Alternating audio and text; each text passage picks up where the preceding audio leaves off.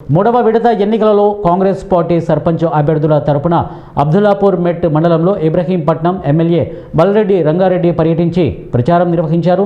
ఈ సందర్భంగా ప్రజాప్రభుత్వంలో పేదలకు అనేక పథకాలు అందిస్తున్నామని, అందులో ఇందిరమ్మ ఇల్లు, రేషన్ కార్డులు, ఉచిత బస్సు, ఉచిత విద్యుత్తు, రైతు రుణమాఫీ అనేక పథకాలు అమలు చేశామని, ప్రభుత్వం తరపున అనేక కార్యక్రమాలు చేపడుతున్నామని అన్నారు.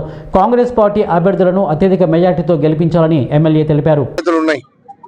అన్ని గ్రామ పంచాయతీల్లో అధిక శాతం కాంగ్రెస్ పార్టీ అభ్యర్థులే గెలుస్తారు.